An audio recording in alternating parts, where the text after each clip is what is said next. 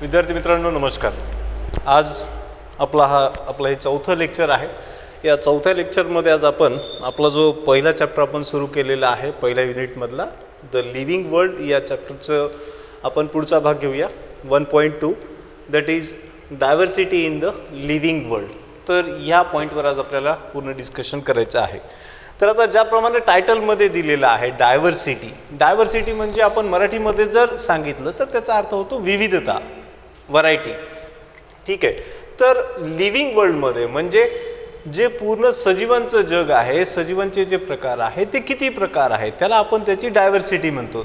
तर जेव्हा आपण विचार करतो की डायव्हर्सिटी म्हणजे काय, तर आपण लास्ट टाइम डिस्कस करताना पाहिलं होतं प्रजाती किंवा स्पेशीज। तर या स्पेशीजची एकूण संख्या किती आहे, नंबर। ठीक आहे। एकूण किती प्रकारच्या प्रजाती आहेत आणि त्यांचे टाइप्स म्हणूया हवं तर आणखी किती प्रकारच्या आहेत, एकूण संख्या आणि त्यांचं पूर्ण विस्तृत चर्चा याला आपण काय म्हणू शकतो, डायव्हर्सिटी असं म्हणू शकतो। ठीक आहे। तर एकंदरीत हे जेवढी काही वेगवेगळे प्लांट्स असतील, ॲनिमल्स असतील, मायक्रो ऑर्गॅनिझम असतील किंवा फंगाय असतील, यांचे जेवढी काही एकूण व्हरायटी आहे त्याला आपण काय म्हणतो, डायव्हर्सिटी। तर या पॉईंटमध्ये आपल्याला काय पाहिजे की लिव्हिंग वर्ल्डमध्ये किती डायव्हर्सिटी आहे। आता नोटेड डायव्हर्सिटीचा जर विचार केला म्हणजे ज्यांची ऑलरेडी नोंद घेतल्या गेलेली आहे, म्हणजे ज्यांचं ऑलरेडी आयडेंटिफिकेशन झालेलं आहे, त्या प्रजातीला सायंटिफिक शास्त्रीय अशी नावं दिलेली आहेत, अशा किती आहेत, तर 1.7 to 1.8 मिलियन। लक्षात असू दे, हा महत्त्वाचा पॉईंट आहे। 1.7 to 1.8 मिलियन म्हणजे काय, 17 लाख ते 18 लाख प्रकारच्या प्रजाती किंवा species already they are identified, already scientific names are given to them, already the classification is done, म्हणजे त्यांचं वर्गीकरण, क्लासिफिकेशन ह्या सगळ्या गोष्टी झालेल्या आहेत। Now point is that last time सुद्धा आपण याबद्दल थोडंसं बोललो होतो की यांचं जर आपल्याला स्टडी करायचं असेल तर 18 लाख स्पीशीज आहेत असं गृहीत धरून आपण पुढे बोलूया की एक व्यक्ती या 18 लाख स्पीशीजचा अभ्यास करू शकतो का त्याच्या पूर्ण लाईफ टाईममध्ये। त्याने रोज डेली बेसिसवर रोज एका स्पीशीजचा अभ्यास केला तरी एका व्यक्तीकडे 18 लाख दिवसाचं आयुष्य आहे का, अर्थातच नाही आहे। त्यामुळे एका व्यक्तीच्याने एवढ्या सगळ्या डायव्हर्सिटीचा अभ्यास करणं शक्य होणार नाही आणि म्हणून आपल्याला काय आवश्यक होतं, तर आपल्याला याचं क्लासिफिकेशन करण्याची आवश्यकता आहे। ठीक आहे, त्याबद्दल आपण बोलणारच आहोत। त्या अगोदर एक पॉईंट आहे नॉमेनक्लेचर। आता मराठीमध्ये नॉमेनक्लेचरचा अर्थ साधा घ्यायचा तर नामकरण म्हणजे गिव्हिंग नेम, एखाद्या वस्तूला, एखाद्या ऑर्गॅनिझमला, कुठल्याही याला नाव देणं, एखादं पर्टिक्युलर विशिष्ट असं नाव त्याला देणं म्हणजे नामकरण। जेव्हा आपण नॉमेनक्लेचर किंवा नामकरणाबद्दल बोलतो तर त्याच्यामध्ये एक इंटरेस्टिंग गोष्ट अशी आहे की it is art as well as science, म्हणजे एखाद्याला नाव देणं ही कला आणि विज्ञान दोन्ही सुद्धा आहे। ठीक आहे, कला यासाठी कारण तेवढी कल्पकता असावी लागेल कोणाला नाव देण्यासाठी। आता विद्यार्थी मित्रांनो गमतीचा भाग पहा, तुमचे व्हिडिओ लेक्चर्स सुरू झालेले आहेत, तुम्ही आता सगळे व्हिडिओ लेक्चर्स पाहताय, सर्वांनी तुम्हाला सगळ्या प्राध्यापकांनी त्यांची नावंसुद्धा तुम्हाला सांगितलेली आहेत। ठीक आहे, मग आता तुम्हाला काय होईल की सर्वांची नावं लक्षात राहणार नाहीत। मग तुमची पॅरेंट्ससोबत जेव्हा केव्हा चर्चा होईल किंवा तुमच्या फ्रेंड्ससोबत जर चर्चा झाली तर तुम्ही जर चर्चा करताना बोलताय की आमचे एक बायोचे सर आहेत किंवा फिजिक्सचे सर आहेत किंवा कुणी केमिस्ट्रीचे, मॅथचे मॅडम आहेत, सर आहेत, तर त्यावेळेस तुम्ही काय करणार, तुम्हाला नाव नाही आठवलं, सपोज तुम्ही आता माझ्याबद्दल चर्चा करताय तर तुम्ही काय म्हणणार, एक दाढीवाले सर आहेत, हो की नाही। किंवा जर कोणी पूर्णवरचं मैदान साफ असलेलं जर कोणी असेल तर तुम्ही काय म्हणणार, एक ते टकले सर आहेत, खूपच छान शिकवतात, एक दाढीवाले सर आहेत, खूपच बोर करतात, असं जे काही बोलणार म्हणजे तुम्ही काय केलं, इथं नाव दिलेलं आहे, हो की नाही। किंवा जर कोणी खूप जाडजूड दिसला व्यक्ती तर आपण काय म्हणतो, कसा मोठू फुटबॉल आहे म्हणतो, म्हणजे आपण काय केलं, त्याला नामकरण केलेलं आहे त्याचं। मग असं नॉमेनक्लेचर, तर हे काय झालं, एक प्रकारचं आर्ट सुद्धा आहे आणि सायन्स सुद्धा आहे। आता आपल्याला जेव्हा आपण लिव्हिंग ऑर्गॅनिझम 18 लाख प्रकारच्या ऑर्गॅनिझमची चर्चा करतो तेव्हा आपल्याला त्याला नावं द्यायची आहेत, नावं दिल्याशिवाय का आपण 18 लाख मोजू शकलो। ठीक आहे, तर त्याचं नाव देण्याच्या ज्या पद्धती आहेत त्याच्यामध्ये दोन मेथड आहेत नॉमेनक्लेचरच्या, या महत्त्वाच्या आहेत। एक आहे व्हर्नॅक्युलर नेम म्हणजे लोकल नेम किंवा स्थानिक नाव, आणि दुसरं असतं ते सायंटिफिक नेम। दुसरं कुठलं आहे, शास्त्रीय नाव, सायंटिफिक नेम। ठीक आहे. तर दोन पद्धतीनं जगभरामध्ये नामकरण आपल्याला पाहायला मिळतं. एक आहे लोकल किंवा व्हर्नॅक्युलर नेम, स्थानिक नाव म्हणू शकतो आपण याला, आणि दुसरा जो प्रकार आहे तो आहे सायंटिफिक नेम किंवा शास्त्रीय नाव. ठीक आहे. आता सायंटिफिक नेम हे टोटली याला क्रायटेरिया असतात. खरं तर लोकल किंवा व्हर्नॅक्युलर नेम सुद्धा जी नावं पडलेली आहेत, उदाहरणार्थ आपण आंब्याला आंबाच म्हणतो, हो की नाही, तर काय लॉजिक असेल याच्यामागे थोडासा विचार केला तर कळतं की ठीक आहे, एकतर ते आपल्या मदर टंगमध्ये आहे, आपल्या मातृभाषेमध्ये, okay. Then point is that त्याची चव आंबट गोड आहे म्हणून त्याला कदाचित आंबा नाव पडलं असेल, हो की नाही. किंवा मराठीमध्ये आपण एखाद्याला काही चंबू म्हणतो, तर चंबू म्हणताना तोंडाचा आकार चंबूसारखा होतो म्हणून त्याला नाव चंबू पडलं असेल. तर अशा प्रकारे नाव देण्याची कुठलीही पद्धत असो, त्याच्यामध्ये आपण ज्याला काही नाव देतोय त्याची लक्षणं, त्याचे कॅरेक्टर्स आपण लक्षात घेत असतो. ठीक आहे. मग इथं सायंटिफिक नेमिंगमध्ये सुद्धा हा प्रकार आपल्याला पाहायला मिळत असतो. आपण सायंटिफिक नेमिंग असो किंवा लोकल नेमिंग असो, आपण अशा प्रकारे लक्षात ठेवतो. आता एक एक्झाम्पल म्हणून जर पाहिलं आपण मँगोचं म्हणजे आंबा, तर याचं सायंटिफिक नेम जर पाहिलं तर सायंटिफिक नेम काय आहे, मँजिफेरा इंडिका. काय नाव आहे याचं, मँजिफेरा इंडिका. ठीक आहे. आता हे नाव पाहिलं तर खूपच किचकट वाटतं, मँगो त्या दृष्टीनं खूप सिंपल नाव वाटतं. ठीक आहे. त्यामुळं कसं आहे की सर्वसामान्य लोकांना किंवा बऱ्याच वेळेस विद्यार्थ्यांना सुद्धा सुरुवातीच्या पहिल्या स्टडीजच्या प्रायमरी स्टेजमध्ये म्हणू शकतो आपण कुठलं नाव आवडेल, स्वाभाविक आहे की व्हर्नॅक्युलर नेम आवडेल. पण अडचण लक्षात घ्या, या लोकल नेम्सचे काही ॲडव्हान्टेजेस आहेत, काही चांगल्या गोष्टी आहेत, काही डिसॲडव्हान्टेजेस, डिमेरिट्स आहेत. मेरिट ॲज वेल ॲज डिमेरिट, म्हणजे चांगल्या गोष्टी आणि वाईट गोष्टी किंवा चुकीच्या आहेत, नुकसानकारक गोष्टी लक्षात घ्या. आता व्हर्नॅक्युलर नेम्सचा जेव्हा विचार करतो तेव्हा ते लोकल लँग्वेजेस आहेत. म्हणजे आपण इंग्लिशमध्ये मँगो म्हटलं, मराठीमध्ये आंबा म्हणणार, हिंदीमध्ये आम म्हणणार, आणखीन तेलुगूमध्ये वेगवेगळ्या आपल्या भाषांमध्ये वेगवेगळे म्हणणार. म्हणजे जगाच्या पाठीवर एवढे सारे देश आहेत, प्रत्येक देशामध्ये याला वेगळं नाव असेल, किंवा भारतासारखा मोठा देश असेल तर प्रत्येक राज्यामध्ये सुद्धा याला वेगवेगळं नाव असेल. आता विचार करा, आपण आहोत इथे महाराष्ट्रीयन आणि आपण कुठेतरी कर्नाटकात किंवा तेलंगणात किंवा आणखीन खाली कुठे गेलो आणि तिथे आपण आंबा म्हणून मागलं तर तिथे समोरच्याला कळेल का, नाही. किंवा सायंटिफिक लिटरेचरमध्ये सुद्धा, सायंटिफिक स्टडीमध्ये सुद्धा तरी होईल का हे सोयीचं की आपण आंबा म्हणून बोलतोय, त्यांनी एक चायनीज सायंटिस्ट आला, त्याला आंबा म्हटल्यावर काही कळेल का, नाही. त्यामुळं इथं व्हर्नॅक्युलर नेम हे जे लोकल किंवा स्थानिक नावं आहेत ती फार अडचणीची आहेत. जेव्हा इंटरनॅशनल लेवलला आपण कम्युनिकेशनच्या गोष्टी करतो, म्हणजे दोन सायंटिस्टमध्ये संवाद होतोय आणि तिथे त्यांना एकमेकाबद्दल, एखाद्या क्रॉपबद्दल बोलायचं आहे, पिकाबद्दल बोलायचं आहे. ठीक आहे. आता आपण गहू आहेत, ठीक आहे. आता चायनामध्ये किंवा जपानमध्ये असे की ते त्यांची लोकल लँग्वेज जास्त फॉलो करतात, ते इंग्लिशसुद्धा जास्त नाही फॉलो करत. आपण तिथे व्हीट म्हणलं तर कदाचित त्या सायंटिस्टला कळणारच नाही. ठीक आहे. व्हीट, गव्हाला आपण इंग्लिशमध्ये व्हीट म्हणतो, गहू म्हणल्यावर तर नाहीच कळणार, व्हीट म्हणल्यावर सुद्धा नाही कळणार. ठीक आहे. मग आपल्याला चायनीज शब्द सगळे पाठ करणं होणार आहेत किंवा सगळ्या देशांमध्ये प्रत्येकाला काय म्हणतात ते लक्षात ठेवणं शक्य आहे का, नाही. तर हे जे झाले हे या लोकल नेम्सचे किंवा व्हर्नॅक्युलर नेम्सचे डिमेरिट्स आहेत, डिसॲडव्हान्टेजेस आहेत की ज्याच्यामुळे अडचणी येतात. आणखीनही बरेच आहेत. बऱ्याच वेळेस ही नावं मिसलिडिंग असतात, म्हणजे चुकीचा अर्थबोध करून देणारी असतात. उदाहरण सांगायचं झालं तर स्टारफिश नावाचं तुम्ही ऐकलं असेल, तारा मासा मराठीमध्ये स्टारफिश. तर बेसिकली लक्षात घ्या, त्याला आपण फिश म्हणतोय, but is it a fish, मासा आहे का तो, नाही. इकॅनोडर्मेटामधला मेंबर आहे तो, ठीक आहे. It is not a fish at all, तो काय पायसेस ग्रुपमधला नाही आहे, ठीक आहे. मग त्याला फिश म्हणणं म्हणजे कसं झालं, मिसलिडिंग झालं, ठीक आहे. तर अशा प्रकारे बऱ्याच वेळेस काय होतात की लोकल नेम्स हे चुकीचा अर्थबोध करून देणारे असतात, सायंटिफिक बेस नसतो त्याच्यामध्ये, ठीक आहे. आणि जगभर एकच एक नाव नसतं, म्हणून मग सायंटिस्टनी काय सुरू केलं की एक वेगळ्या पद्धतीचं नामकरण सुरू केलं, ठीक आहे. मग याला आपण या अशा प्रकारच्या नावांना म्हटलं सायंटिफिक नेम किंवा बायोलॉजिकल नेम, राईट. म्हणजे त्याच्यानुसार मँगोचं सायंटिफिक नेम काय झालं, मँजिफेरा इंडिका. किंवा आता मगाशी सांगितलेल्या व्हीटचं पण सांगून टाकतो, इथे लिहितो पाहिजे तर.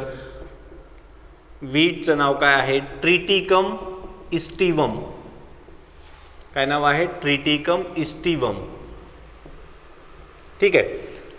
तर लक्षात घ्या, अशा प्रकारची काय झाली ही मँजिफेरा इंडिका किंवा ट्रिटिकम इस्टिवम ही काय झाली, सायंटिफिक नेम झाले, किंवा याला आपण बायनोमियल नॉमेनक्लेचर म्हणतो, ठीक आहे. म्हणजे याच्यामध्ये दोन शब्द आहेत म्हणून याला आपण काय म्हटलेलं आहे, बायनॉमियल नॉमेनक्लेचर, ठीक आहे. आता याच्यामध्ये लक्षात घ्या की एवढ्या साऱ्या प्रकारच्या ऑर्गॅनिझमला ही जी काही नावं देण्यात आली, ही नावं जगभरामध्ये आता एकच नाव आहे. अर्थात आता तुम्ही अशी अपेक्षा नाही करू शकत की तुम्ही मार्केटमध्ये जाऊन आपल्या आंबेवाल्याला किंवा मार्केटमधल्या एखाद्या दुकानदाराला जाऊन जर म्हणलं मँजीफेरा इंडिका दे, तर तो काय करेल, तो खालपासून वरपर्यंत आपल्याला पाहिला आणि वेड्यात काढेल, काय साहेब डोकं बरोबर आहे का असं वगैरे काहीतरी म्हणेल. ठीक आहे, त्यामुळं आपण तिथे मार्केटमधली अपेक्षा नाही करू शकत की त्यांना ही नावं माहिती असावीत, राईट. नाहीतर मग आंबे विकायला सुद्धा खूप जास्त क्वालिफिकेशन लागलं असतं, एवढे सगळे नावं त्यांना लक्षात ठेवावी लागली असती.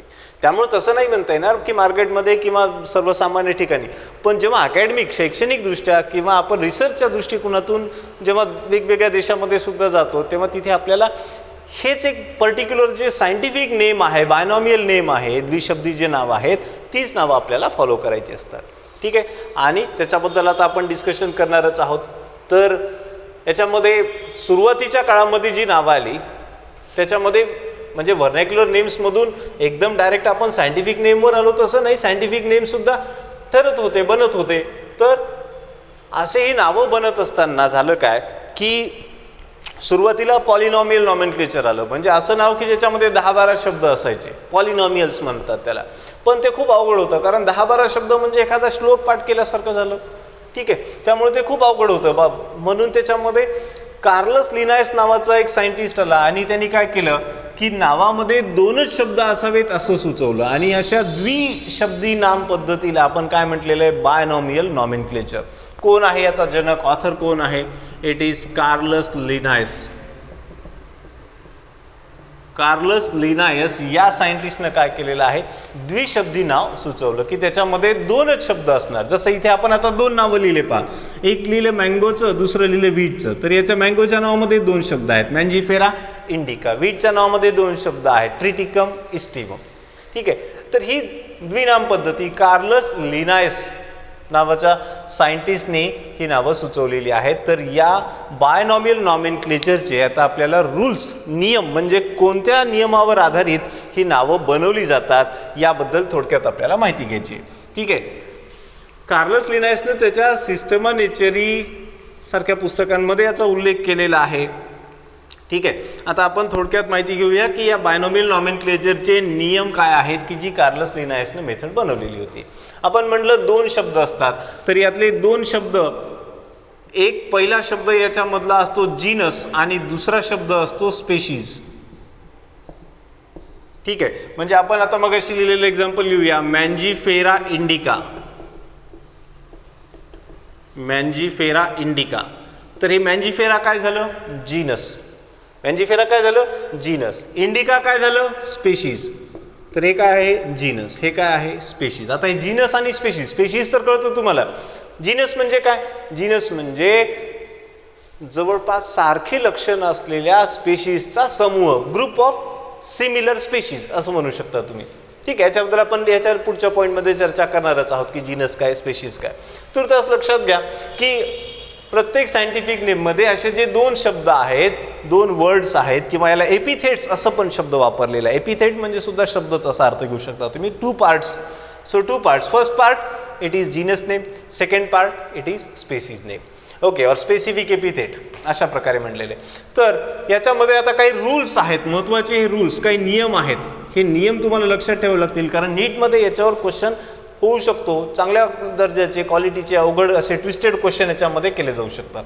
ठीक आहे, तर आता याच्यामध्ये लक्षात घ्या, जीनस असो किंवा स्पेशीज असो, या बायनॉमियल नॉमेनक्लेचरमध्ये जी भाषा आहे ती इंग्लिश नाही. जरी आपण त्याचं इंग्लिशमध्ये स्पेलिंग लिहिलं म्हणजे ती इंग्लिश लँग्वेज होत असते का, नाही. जसं आपण आपल्या नावाचं स्पेलिंग लिहितो म्हणजे आपलं नाव का इंग्लिश झालं का, नाही. आपण फक्त त्याचं स्पेलिंग तयार केलेलं आहे. तसं ही नावं जी आहेत बायनॉमियल नॉमेनक्लेचरमध्ये, कार्लस लिनायसची जी सिस्टीम आहे, त्या सगळ्या नावांची जी भाषा आहे ती लॅटिन लँग्वेज आहे. सगळ्यात महत्त्वाचं. आता प्रश्न आहे की इंग्लिशसारखी जगभरात वापरली जाणारी लँग्वेज असताना लॅटिन लँग्वेज का निवडली, हे विचारलं जातं बऱ्याच वेळेस परीक्षेमध्ये. लक्षात असू द्या that this Latin language is a dead language. Latin language ही आता डेड लँग्वेज. डेड लँग्वेज म्हणजे काय, मृत झाली म्हणजे काय झालं. डेड लँग्वेज म्हणजे काय, तर या भाषेचा आता वापर कुठेही होत नाही. लक्षात घ्या, जोपर्यंत एखादी भाषा उपयोगात आहे, वापरात आहे, तोपर्यंत त्याच्यामध्ये नवीन नवीन बदल होत असतात. आणि जर एखाद्या भाषेमध्ये बदल होत असतील आणि आपण जर त्या भाषेमध्ये काही जर नाव दिलं तर असं होऊ शकतं की आज एक आपण एखाद्या गोष्टीला एखाद्या ऑर्गॅनिझमला नाव दिलं पण त्या भाषेमध्ये बदल होत गेले तर 5-50 वर्षानंतर ते नाव काहीतरी वेगळंच झालेलं असेल. म्हणजे जुन्या लिटरेचरमध्ये हे नाव वेगळंच असेल आणि नवीन लिटरेचरमध्ये हे नाव वेगळंच आलेलं असेल. त्यामुळं अडचण व्हायला नको म्हणून अशी भाषा निवडली नावं देण्यासाठी की लँग्वेज कशी असेल, डेड असेल, म्हणजे उपयोगात नसेल तर त्या भाषेमध्ये काहीच बदल होणार नाहीत. लक्षात घ्या. आता हा झाला एक भाग. त्यानंतर आता त्या भाषेमध्ये पर्यायी शब्द असणं महत्त्वाचं आहे ना. आपण लॅटिन लँग्वेज तेव्हाच वापरू शकतो जर त्या मराठीमधला सपोज आंबा आहे, आता आंब्याला लॅटिनमध्ये म्हणण्यासाठी तिथे पर्यायी शब्द असणं आवश्यक आहे. पण बऱ्याच वेळेस असं होतं की लॅटिन भाषेमध्ये त्या विशिष्ट एखाद्या आपण नेलेल्या शब्दासाठी पर्यायी शब्दच नाही आहे, समानार्थी शब्दच नाही आहे, तर काय करणार. तर अशा वेळेस आपल्याला त्याचं लॅटिनायझेशन करावं लागतं. हे समजून घ्या चांगलं आणि इंटरेस्टिंगसुद्धा आहे. लॅटिनायझेशन करणं म्हणजे काय. थोडक्यात मी एक ॲनॉलॉजी घेऊन सांगतो. लक्षात घ्या. मी उदाहरण नेहमीच देत असतो. मराठीमध्ये डॉक्टरचा पर्यायी शब्द काय आहे? वैद्य. बरोबर आहे. डॉक्टरचा शब्द पर्यायी शब्द अर्थ काय झाला त्याचा? वैद्य. ठीक आहे. पण हा वैद्य शब्द आपण शक्यतोवर कुणासाठी वापरतो? जर जेंट्स डॉक्टर असेल तर. बरोबर आहे. आणि त्याऐवजी जर लेडी डॉक्टर असेल तर आपल्याकडे मराठी शब्द आहे का? वैदू वगैरे असं पण किंवा काही म्हणू शकतो का? नाही, मराठीमध्ये नाही. कारण आपल्या जुन्या हिस्टॉरिकल याच्यामध्ये एखादी स्त्री जी आहे की ती अशा प्रकारची ऋषीमुनी झाली किंवा तिने काही आयुर्वेदामध्ये किंवा असं काही केलेलं आपल्या कुठेही नाही आहे. त्यामुळं आपल्याकडे मराठीमध्ये फक्त पुरुषांसाठी, पुरुष जे अशा प्रकारच्या आजारावर ट्रीटमेंट देतात त्यांच्यासाठी वैद्य शब्द बनला, पण स्त्रियांसाठी नाही बनला. ठीक आहे. मग आता जर लेडी डॉक्टर असेल तर आपल्याकडे मराठी शब्द नाही आहे. पण मग आपण त्याच्यामध्ये काय केलं? मराठीकरण केलं. कशाचं? एक तर डॉक्टरलाच आपण मराठीमध्ये ओढून आणलं. आज आपल्याला डॉक्टर म्हणल्यावर जास्त कळतं का वैद्य म्हटल्यावर? स्वाभाविक आहे. डॉक्टर म्हणल्यावर कळतं. वैद्य म्हणल्यावर आपल्याला ते काहीतरी मंत्र छूमंत्र करणारा वाटतो. ठीक आहे. ॲक्च्युली वैद्य म्हणजे काय तर फक्त डॉक्टरचा पर्यायी शब्द आहे. आता लेडी डॉक्टरचं तर आपल्याकडे नव्हतं. मग आपण काय केलं? डॉक्टरला मराठीमध्ये काय केलं? डॉक्टरीन केलं किंवा डॉक्टरनी केलं. म्हणजे हे काय झालं? एखाद्या शब्दाचं मराठीकरण झालं. याच्यावरही वाईट वेळ केव्हा येते? आता बेसिकली लक्षात घ्या. सिस्टर हे शब्द स्त्रीवाचकच आहे. पण आपण सिस्टरचं मराठीकरण करताना काय केलं? सिस्टरीन केलं. किती हास्यास्पद आहे बघा बरं. म्हणजे आपण ओढून ताणून त्याला काय करायला लागलो? मराठीमध्ये आणायला लागलो. जर मराठीमध्ये त्याच्यासाठी शब्द व्यवस्थित नसेल तर आपण काय करतो? त्याला ओढून ताणून मराठीकरण करून टाकतो. तसं आता मँगोचा पर्यायी शब्द लॅटिन भाषेमध्ये नव्हता म्हणून त्यांनी काय केलं? त्याचं मँजीफेरा केलं. काय केलं? मँजीफेरा केलं. तर अशा प्रकारे लॅटिन भाषा वापरलेली आहे कारण ती डेड आहे. जिथे लॅटिन भाषेत शब्द नसेल तेव्हा तिथे लॅटिनायझेशन केलं जातं. हा झाला एक नियम. दुसरा नियम सांगितला मी. याच्यामध्ये दोन नावं आहेत, दोन शब्द आहेत. एक नाव एकच असतं.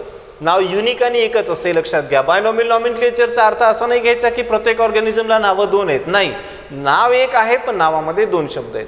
जसं आपल्या नावामध्ये साधारणतः 3 किंवा 4 शब्द असतात. आता अलीकडच्या काळात आईचं नाव सुद्धा इन्क्लूड झालेलं आहे. Isn't it? तर आपली नाव आता ट्राय किंवा टेट्रानॉमियल सिस्टीम म्हणता येईल. म्हणजे आपल्याला 3 किंवा 4 नावं आहेत का? नाही, आपल्या नावामध्ये 3 किंवा 4 शब्द आहेत. आईचं नाव इन्क्लूड केलं तर 4 शब्द होत आहेत. ठीक आहे. मग आता जसं बायनॉमियल नॉमेनक्लेचरमध्ये किती शब्द येत आहेत? 2 शब्द येत आहेत. मग त्यातला पहिला शब्द काय? ते नाव आहे जीनसचं. दुसरा शब्द काय? स्पेसिसचं. म्हणजे प्रत्येक ऑर्गॅनिझमचं, प्लांटचं, ॲनिमलचं, मायक्रोबचं प्रत्येकाचं जीनस वेगळं असेल, स्पेसिस वेगवेगळं असेल. ठीक आहे. आता जेवढे काही जगभरामध्ये आंबे आहेत सर्वांचं जीनस मँजीफेराचं आहे, सर्वांची स्पेसिस इंडिकाचं आहे. आता त्यातल्या त्यात आणखीन जेव्हा डिटेलमध्ये थोडंसं पाहतो तेव्हा लक्षात घ्या हे जे मँजीफेराचं हे जे आपण जीनस वापरतोय it is a noun form and this species it is an adjective. लक्षात येते का? बघाय आता नाउन फॉर्म, नाम मराठीमध्ये आता मराठी किंवा इंग्लिशच्या ग्रामरमध्ये गेल्यासारखं होतोय. तर नाउन फॉर्म म्हणजे नाम आणि ॲडजेक्टिव्ह म्हणजे विशेषण. नाउन फॉर्मचं वैशिष्ट्य काय? That it need not to have any particular meaning. याला विशिष्ट असा अर्थ असावा असं आवश्यक नाही. It is simply a Latinised word. Isn't it? तर हे झालं नाउन फॉर्म. ॲडजेक्टिव्ह बद्दल आपल्याला माहिती आहे. ॲडजेक्टिव्ह विशेषण मराठीमध्ये something which tell specific information about the noun. नामाबद्दल विशेष माहिती सांगणाऱ्या शब्दाला आपण विशेषण म्हणतो. Isn't it? So this indica it is a species telling some particular information about the Mangifera. Right. मग आता इथे इंडिका काय माहिती सांगते? इंडिका माहिती सांगते that origin of this Mangifera or this mango is India. Indica शब्दावरनं काय लक्षात येतं की या मँगोचं ओरिजिन म्हणजे जगभरामध्ये सगळ्यात पहिल्यांदा मँगोचं प्लांट जर कुठे तयार झालं असेल तर इंडियामध्ये, असा आपण त्याचा अर्थ घेऊ शकतो. तर स्पेसिस शक्यतोवर काय असते, या मँजीफेराबद्दल, नाऊनबद्दल किंवा जीनसबद्दल विशेष माहिती सांगणारा शब्द असतो. राईट. आता हे झालं जीनस, स्पेसिस. यामध्ये आणखीन काही रूल सांगता येतील. उदाहरणार्थ अक्षरांची मर्यादा, म्हणजे या जीनसच्या याच्यामध्ये किंवा स्पेसिसच्या याच्यामध्ये एकूण लेटर्स म्हणतो मी, अक्षर, number of letters like MAN हे जे आहेत असे टोटल एका याच्यामध्ये किती लेटर असू शकतात. So minimum 3, maximum 13. कमीत कमी 3 अक्षर असावीत, जास्तीत जास्त 13. 13पेक्षा जास्त नको, 3पेक्षा कमी नको. म्हणजे इथे 3 ते 13, इथे इंडिकामध्ये सुद्धा 3 ते 13 हा एक नियम. ठीक आहे. त्यानंतर अजून काही नियम सांगता येतील. बायनॉमियल नॉमेनक्लेचरचे द्विनाम पद्धती, द्विशब्दी नाम पद्धती आहे ही बायनॉमियल नॉमेनक्लेचरची. Number of letters. त्यानंतर यांच्या रायटिंगमध्ये आणि प्रिंटिंगमध्ये एक रूल आहे. पहा, जेव्हा हे हँड रिटन असतात, हस्तलिखित प्रकारामध्ये असतील, तर जसं आपण इथे दाखवलं याला आपण सेपरेट अंडरलाईन करत असतो. हे महत्त्वाचा रूल आहे. Separate underline if they are handwritten. हस्तलिखित फॉर्मॅटमध्ये असतील, हाताने लिहित असलो पण, तर आपण काय करतो, त्याला वेगवेगळी अशी अंडरलाईन करतो. आणि जर प्रिंटेड फॉर्ममध्ये असतील, आता हे जर प्रिंट केलेलं असेल, तुम्ही जिथे कुठे बायनॉमियल नॉम पाहाल तेव्हा तिथे थोडंसं असं क्रॉसमध्ये दिसेल. पाहिलं असेल तुम्ही, असं क्रॉसमध्ये एका साईडला झुकलेलं, याला आपण काय म्हणतो, इटॅलिक प्रिंटिंग म्हणतो. इटॅलिक लँग्वेज नाही आहे, लक्षात घ्या. It is simply mode of writing. लिहिण्याची किंवा प्रिंटिंगची पद्धत आहे ती. थोडंसं एक असं सरळ उभे अक्षर नसतात, एका साईडला असे झुकलेले असतात. ठीक आहे. तर जर प्रिंटेड फॉर्ममध्ये असेल, प्रिंट फॉर्ममध्ये असेल, तर काय केले जातात, यांना अंडरलाईन करायची गरज आहे का आता? नाही. अंडरलाईन केव्हा? हस्तलिखित असेल तर. प्रिंट फॉर्ममध्ये असेल तर याला अशा प्रकारचं काय केलेलं असतं, क्रॉसमध्ये, म्हणजे इटॅलिक फॉर्मॅटमध्ये. असं कशासाठी? To indicate their Latin origin. लक्षात घ्या की ही जी काही शब्द आलेली आहेत ही शब्द इंग्लिशमधली नाही आहेत. म्हणजे एखादा कोणीतरी पुस्तक वाचतोय, त्याला एखाद्या शब्दाचा अर्थ नाही कळला तर तो डिक्शनरीमध्ये पाहू शकतो. पण जेव्हा अशा प्रकारचं इटॅलिक मोड दिसला तेव्हा असे शब्द डिक्शनरीत पाहायचे नसतात, त्याचा अर्थ भेटणार नाही. थिसॉरसमध्ये एखाद्या वेळेस अर्थ भेटेल पण डिक्शनरीमध्ये भेटणार नाही, लक्षात असू द्या. ठीक आहे. थिसॉरस डिक्शनरीचा थोडासा ॲडव्हान्स टाईप आहे. डिक्शनरीमध्ये फक्त इंग्लिश मराठीचं डिक्शनरी असेल तर त्याच्यामध्ये इंग्लिशमधल्या शब्दांचंच आपल्याला मिळेल. आता मँजीफेरा हा शब्द इंग्लिश नाहीच आहे. ठीक आहे. त्यामुळं ते लक्षात यावं. पूर्ण टेक्स्टमध्ये पूर्ण पानभर एखादी माहिती आहे, त्याच्यामध्ये कुठेतरी एखाद्या ठिकाणी मँजीफेरा इंडिका आलेलं आहे. राईट. तर हे लक्षात यावं की मँजीफेरा इंडिका इंग्लिश शब्द नाही, हा इतर कुठल्या तरी फॉरेन लँग्वेजमधला, विशेषतः लॅटिन किंवा इतर कुठल्या लँग्वेजमधला हा वर्ड आहे हे कळावं. म्हणून अशा प्रकारे ग्रीक किंवा लॅटिन लँग्वेजसाठी अशा प्रकारचं इटॅलिक मोड वापरलं जातं. राईट. तर हे झाले या ठिकाणी रूल्स ऑफ बायनॉमियल नॉमेनक्लेचर. ठीक आहे. त्यानंतर अजून काही गोष्टी, एक नियम महत्त्वाचा आहे. It is regarding the citation and it is regarding the writing practice. आता त्याच्यामध्ये 1-2 नियम अजून आपण एक्सप्लेन करूया, महत्त्वाचे आहेत. एक आहे सायटेशनबद्दलचा, एक नियम आहे सायटेशनचा. काय असतं सायटेशन प्रकार, लक्षात घ्या. आता भले या नावामध्ये 2च शब्द आहेत, मँजीफेरा, इंडिका. ठीक आहे. पण आता या नावाच्या पुढं बऱ्याच वेळेस तुम्ही बायनॉमियल नॉमेनक्लेचरमध्ये पुढे काय पाहाल, LIN असं लिहिलेलं पाहाल, LIN. आता LIN शॉर्टमध्ये ॲब्रिव्हिएटेड फॉर्म किंवा शॉर्ट फॉर्ममध्ये असं लिहिलेलं असतं. दिस LIN indicate what? It indicate लिनायस. किंवा कधी कधी काय केलेलं असतं, यल असं लिहून ठिपका दिलेलं असतं, डॉट दिलेला असतो, फुल stop. What it indicate? That this species is first time discovered by लिनायस. ठीक आहे. म्हणजे ज्या कोणी सायंटिस्टनी त्याचा पहिल्यांदा शोध लावलेला आहे त्याच्याबद्दलचं डिस्कशन याच्यामध्ये येत असतं. म्हणून आपण तिथे त्या सायंटिस्टचा ऑनर म्हणून, सन्मान म्हणून त्याचं इथे नाव देत असतो. तर अशा प्रकारे ॲब्रिव्हिएटेड म्हणजे शॉर्ट फॉर्ममध्ये जो कोणी ऑथर आहे, ऑथर म्हणजे इथे लेखक अर्थानं नाही तर ज्यांनी शोध लावलेला आहे तो, त्याच्या अर्थाने आपण इथे यल डॉट लिहितो किंवा LIN 3 अक्षरी त्याचं शॉर्ट फॉर्म करून लिहित असतो. तर याला आपण काय म्हणलेलं आहे, सायटेशन. त्यानंतर आणखीन एक महत्त्वाचा नियम, while writing these name or even in प्रिंटिंगमध्ये असो किंवा रायटिंगमध्ये असतो, नेहमी एक गोष्ट महत्त्वाची, तुम्ही दोन्ही ठिकाणी पाहिलं असेल, वीटच्या नावामध्ये सुद्धा आणि इथे सुद्धा, जीनसच्या नावाची सुरुवात कॅपिटल लेटरनं करायची आहे.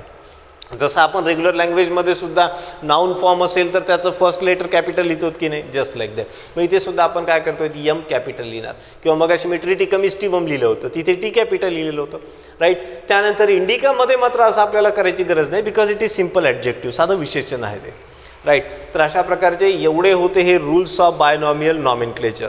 आता ही जी नावं दिलेली आहेत याच्यासाठी ठराविक असे नियम आहेत.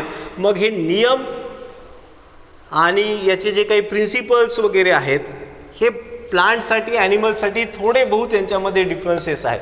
मग प्लांटला नाव देण्याची जी नियमावली आहे, वनस्पतींना नावं देण्याची, त्याला म्हटलेलं आहे ICBN. आणि ॲनिमल्सला नावं देण्याची जी सिस्टीम डेव्हलप केलेली आहे किंवा जो नियमावली बनवलेली आहे त्याला म्हटलेलं आहे ICZN. नाव लक्षात येत असेल, ICBN आणि ZN. B for botany, Z for zoology, याच्यावरून international code for botanical nomenclature. आणि ICZN म्हणजे काय, international code for zoological nomenclature. अशा प्रकारे तर प्लांट आणि ॲनिमलसाठी अशा ह्या सिस्टीम आहेत. कार्लस लिनायसच्या एफर्ट्समधून ही डेव्हलप झालेली सिस्टीम. ठीक आहे. तर टोटल डायव्हर्सिटीबद्दल, बायनॉमियल नॉमेनक्लेचरबद्दल आपण थोडक्यात आज डिस्कशन केलेलं आहे या लेक्चरमध्ये. त्यानंतर पुढचा पार्ट आहे क्लासिफिकेशनचा. या क्लासिफिकेशनमध्ये आपण वेगवेगळ्या वर्गामध्ये वर्गीकरण करणं याबद्दल चर्चा करणार आहोत. थोडंसं पुढच्या पॉईंटची ओळख म्हणून सांगतो. याच्यामध्ये लक्षात घ्या, आता जेव्हा विद्यार्थी कॉलेजमध्ये येतात किंवा शाळेमध्ये येतात तेव्हा त्यांचं प्रॉपर वर्गीकरण केलं जातं आणि त्यांना क्लासरूममध्ये बसवलं जातं. लक्षात घ्या, वर्गीकरण करत असताना काय, मागच्या वर्षी तुम्ही कोणती स्टँडर्ड, कोणती इयत्ता पास झालात, हा सगळ्यात महत्त्वाचा बेस असतो. ठीक आहे. म्हणजे एक ते ठराविक कॅरेक्टर झालं. म्हणजे तुमचे वर्ग बनवले जातील. म्हणजे आता सपोज तुम्ही कॉलेजला आला तर 11वीचा क्लासरूम वेगळा, 12वीचा वेगळा, त्यानंतर पुढे BSc first year second year फायनलचे, BA first year second year final, असे तुम्ही लास्ट इयरला कोणतं स्टँडर्ड, कोणती इयत्ता क्वालिफाय झाला त्यावरून तुमचं वर्गीकरण केलं जातं. त्याच्यामध्ये पुन्हा आणखीन डिव्हिजन केलेले असतात, तुमच्या मार्कानुसार शक्यतो ते डिव्हिजन असतं. ठीक आहे. आता एका क्लासरूममध्ये आला तर क्लासरूममध्ये बसताना सुद्धा आपण पाहतो एका साईडला युजली पाहतो की एका साईडला गर्ल्स आहेत, एका साईडला बॉईज आहेत. म्हणजे हे सगळं काय करायला लागलो आपण वर्गवारी करतोय, क्लासिफिकेशन, वर्गीकरण करतोय. तर अशा प्रकारच्या क्लासिफिकेशनबद्दल सुद्धा आपल्याला पुढच्या पॉईंटमध्ये डिस्कस करायचं आहे. आज आपण जी चर्चा केली ती प्रामुख्यानं कशाशी संबंधित होती, diversity of the living organism, त्याची विविधता किती, 18 लाख प्रकारचे सजीव वगैरे पाहिलं. त्यानंतर त्याच्या विशेषतः आजचा मेजर पॉईंट होता rules of binomial nomenclature. Author कोण आहे याचा, सायटेशन म्हणजे काय, किती अक्षरं असावीत एका नावामध्ये, एका शब्दामध्ये किती अक्षरं असावीत. ठीक आहे. त्यानंतर अंडरलाईनचं, प्रिंटिंगचं, इटॅलिक मोडमध्ये केव्हा घ्यायचं याबद्दलची आपण चर्चा केली. ठीक आहे. त्यानंतर जीनस म्हणजे नाऊन फॉर्म, स्पेशीज म्हणजे ॲडजेक्टिव्ह आहे. आणि आणखीन त्यानंतर एक महत्त्वाचं कुठलं पाहिलं होतं की लॅटिन भाषा का निवडली, because it is a dead language. त्याच्यामधलं इव्होल्युशन, त्याच्यामधले होणारे बदल आता स्टॉप झालेले आहेत. उपयोगात असलेली भाषा घेतली असती तर बदल होत राहिले असते, मग ती नावं स्थिर राहिली नसती, नावं बदलत राहिली असती. ठीक आहे. अशा प्रकारची अत्यंत महत्त्वाची इन्फॉर्मेशन झालेली आहे. रूल्स ऑफ बायनॉमियल नॉमेनक्लेचरवर खूप सारं तुम्हाला वाचायला मिळेल, राईट. ठीक आहे. आता इथे थांबूया आणि उद्याच्या लेक्चरमध्ये आपण आता क्लासिफिकेशनवर डिटेल चर्चा करणार आहोत. तोपर्यंत काळजी घ्या आणि उद्याचं लेक्चर मिस करू नका, कारण त्याच्यामध्ये टॅक्झॉन आणि कॅटेगरी या दोन अत्यंत कन्फ्युजिंग आणि अत्यंत महत्त्वाच्या कॉन्सेप्ट आपल्याला डिस्कस करायच्या आहेत. Till then, good bye.